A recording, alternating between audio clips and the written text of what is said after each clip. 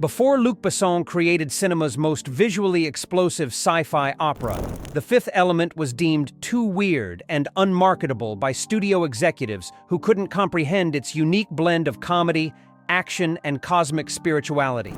The cast has finally revealed secrets that will transform your understanding of this colorful masterpiece. The film that almost never saw tomorrow.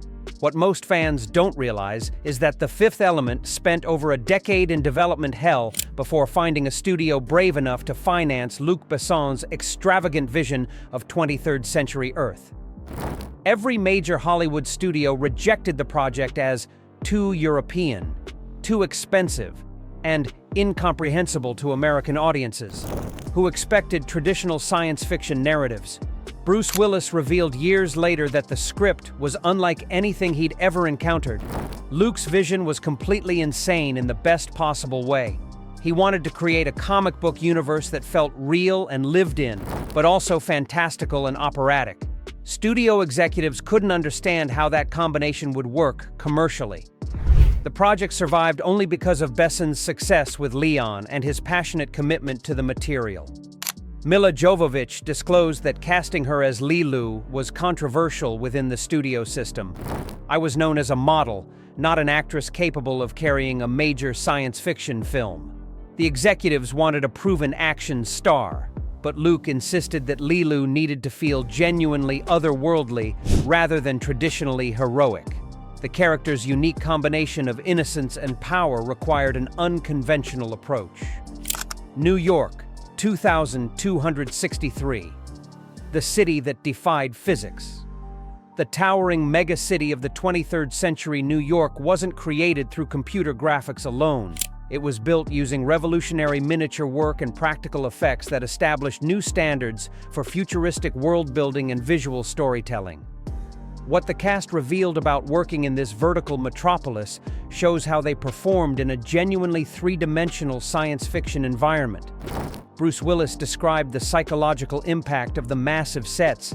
Those flying car sequences weren't green screen. We were actually suspended hundreds of feet in the air with real wind and movement. The scale of the city sets made you feel like an ant in a truly alien world. The practical effects enhanced the actors' performances by providing tangible environmental references. The decision to build actual three-dimensional city levels rather than rely on digital backgrounds was crucial to the film's believability and visual impact. Luc wanted us to inhabit a real world, not perform against imaginary environments, revealed Ian Holm. Every surface, every piece of technology had weight and texture that enhanced our character's reality. Leeloo's divine language and humanity. Milla Jovovich's portrayal of Leeloo required her to learn an entirely fictional language created specifically for the film, but what she revealed about developing this alien communication system shows how it became integral to exploring themes of innocence, wisdom, and humanity's potential for both creation and destruction. Jovovich disclosed the extensive linguistic preparation required. Luc and I spent months developing Leeloo's language, not just vocabulary, but grammar, rhythm, and emotional expression. The divine language had to feel ancient and sophisticated while remaining accessible to audiences through emotion rather than translation. The language became a character element rather than mere exotic decoration. The challenge was making Leeloo simultaneously alien and deeply human in her emotional responses to 23rd century Earth. Leeloo sees humanity with fresh eyes, both our capacity for beauty and our talent for destruction, Jovovich explained. Her innocence isn't naivety. It's the clarity that comes from understanding life's essential elements without cultural conditioning or cynicism. Bruce Willis revealed how Jovovich's linguistic creation affected other actors' performances. Milla's commitment to speaking this invented language fluently made all of us believe in Leeloo's otherworldly nature. When she spoke, you genuinely felt like you were communicating with a being from another realm of existence.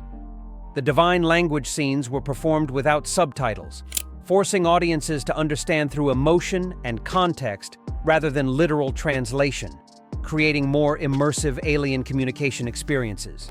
Gary Oldman's Zorg evil as corporate efficiency. Gary Oldman's portrayal of Jean-Baptiste Emmanuel Zorg wasn't just another villain performance. It was a satirical commentary on corporate culture and capitalist efficiency taken to psychotic extremes.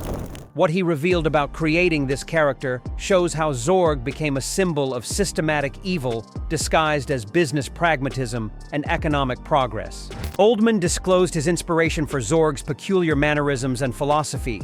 "I wanted to create a villain who genuinely believes he's serving the greater good through destruction and chaos. Zorg isn't evil for evil's sake. He's evil because he thinks destruction creates opportunity and progress." This twisted logic made the character more terrifying than traditional megalomaniacal villains. The famous Zorg monologue about destruction creating jobs was improvised based on Oldman's research into corporate downsizing rhetoric. "I studied how business leaders justify massive layoffs and environmental destruction as necessary for economic health," Oldman explained. Zorg takes that logic to its ultimate conclusion: complete planetary destruction as ultimate business opportunity. Bruce Willis noted how Oldman's performance influenced the entire production's tone. Gary made evil feel banal and bureaucratic, rather than dramatically menacing. Zorg's casual attitude toward mass murder was more disturbing than any screaming villain could be. The character became a critique of how institutional evil presents itself as rational efficiency. The diva dance that stopped time. The opera sequence featuring the blue alien diva Plava Laguna wasn't just spectacular entertainment. It was the film's emotional and spiritual climax, where art, violence, and transcendence converged in ways that challenged conventional action movie pacing and narrative structure. Inva Mula, who provided the diva's voice, revealed the technical complexity of the performance. The aria was written specifically to be impossible for human voices. It required digital manipulation to achieve the alien vocal ranges. But Luke wanted the emotion to remain completely human and recognizable across species barriers. The music became universal language that transcended cultural and biological differences. The sequence's combination of sublime art and brutal violence was deliberately jarring.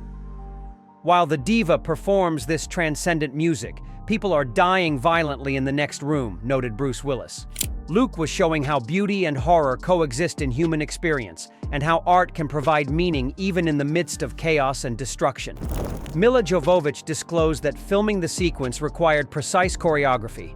The music, the fighting, the emotional revelation, everything had to be perfectly synchronized to create the effect of time stopping during moments of pure artistic transcendence and spiritual awakening. Chris Tucker's Ruby Rhod revolution. Chris Tucker's hyperkinetic performance as Ruby Rhod wasn't just comic relief. It was Luc Besson's vision of future media culture taken to absurd extremes that now seem prophetically accurate. What Tucker revealed about creating this character shows how Ruby became a satirical commentary on celebrity culture and information overload. Tucker disclosed his preparation for the role's extreme energy and flamboyance. Luke wanted Ruby to represent media saturation and celebrity worship pushed to the breaking point. "I studied game show hosts, talk show personalities, and rock stars, then amplified everything by 1,000%. The character became a critique of entertainment culture's increasing desperation for audience attention. The famous green scene, where Ruby interviews Corbin, was largely improvised based on Tucker's understanding of media manipulation. Ruby turns everything into entertainment, even genuine danger and crisis, Tucker explained. He represents how media transforms reality into performance, making authentic human experience impossible to maintain or recognize. Bruce Willis revealed how Tucker's performance affected other actors. Chris's energy was so intense that it changed everyone else's rhythm and timing. Ruby's presence literally altered the film's pace and tone, just like media personalities dominate and reshape conversations they enter. The character influenced the entire production's energy levels and comedic timing in unexpected ways. The love story that transcended species. The romance between Corbin Dallas and Leeloo wasn't just a plot device. It represented humanity's capacity for love as the ultimate creative and protective force in the universe. What Bruce Willis and Milla Jovovich revealed about developing this relationship shows how they created genuine chemistry between a cynical ex-soldier and a divine being. Willis disclosed his approach to playing opposite Jovovich's otherworldly character. Corbin has to fall in love with someone who literally represents perfect love and creation. I had to find the humanity in a man who's given up on humanity, then show him rediscovering hope through contact with divine innocence. The relationship became about spiritual awakening rather than conventional romance. Jovovich revealed how Leeloo's learning about human love paralleled her own character development. Leeloo experiences human emotion for the first time through Corbin's devotion. She learns that love can be protective and creative rather than possessive or destructive. This education in human emotion became central to the character's arc and the film's philosophical themes. The decision to make their love literally save the universe wasn't sentimentality. It was a philosophical statement about love as the fundamental creative force. The fifth element isn't just love as emotion. It's love as the power that creates and preserves life against entropy and destruction, noted Ian Holm. The romance elevated the entire film from action spectacle to spiritual allegory about humanity's potential for transcendence through authentic connection and selfless devotion. The costume design that created culture. Jean-Paul Gaultier's revolutionary costume design wasn't just futuristic fashion, it was cultural world-building that established how different social classes, professions, and species would dress in the 23rd century. What the cast revealed about wearing these elaborate creations shows how costumes became integral to character development and world authenticity. The famous multi-pass costume worn by Milla Jovovich's Leeloo became iconic because of its practicality within the story world. Jean-Paul designed clothing that served the narrative. Every piece had function within the future society, Jovovich disclosed. The costumes weren't just weird for weirdness' sake. They made sense within their cultural context. Bruce Willis noted how the costume design affected his performance as Corbin. The clothing immediately told you about social status, profession, and personality. You could understand the entire future society just by looking at what people wore and how they carried themselves in those outfits. Gary Oldman revealed that Zorg's plastic costume influenced his character's psychology.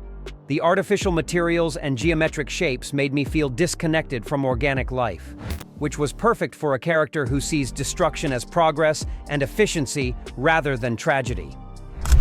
The philosophy hidden in comic book action. Beneath the fifth element's spectacular action sequences and visual comedy lies a sophisticated meditation on good versus evil, creation versus destruction, and humanity's role in cosmic evolution. What the cast revealed about the film's deeper themes shows how Luc Besson embedded serious philosophy within blockbuster entertainment that audiences could enjoy on multiple levels. Ian Holm disclosed Besson's philosophical intentions. The film asks whether humanity deserves to continue existing, given our capacity for both extraordinary beauty and systematic destruction. The Supreme Being's test isn't about military might. It's about our ability to choose creation over destruction through love rather than fear. This elevated the material beyond simple good versus evil conflict. The four classical elements, earth, air, fire, water, combined with love as the fifth element, represented ancient philosophical traditions updated for contemporary audiences. Luc was drawing from esoteric traditions that see love as the fundamental creative force in the universe, revealed Bruce Willis. The film's action sequences serve a larger spiritual allegory about humanity's potential for transcendence. Milla Jovovich noted how the philosophy influenced performance choices. Every character represents different approaches to existence: fear, greed, love, duty. The story becomes about which approach will ultimately determine humanity's survival and evolution in cosmic terms. Watch the film again with appreciation for its revolutionary visual design, its influence on science fiction cinema, and its optimistic message about love as humanity's greatest strength and evolutionary advantage. Notice how every colorful detail serves the larger theme of choosing creation over destruction through authentic human connection and cosmic consciousness. Don't forget to subscribe to our channel for more deep dives into cinema's most visually stunning and philosophically rich achievements. Hit that notification bell so you never miss our latest uploads, and let us know in the comments which element of the film still amazes you most. Multipass approved.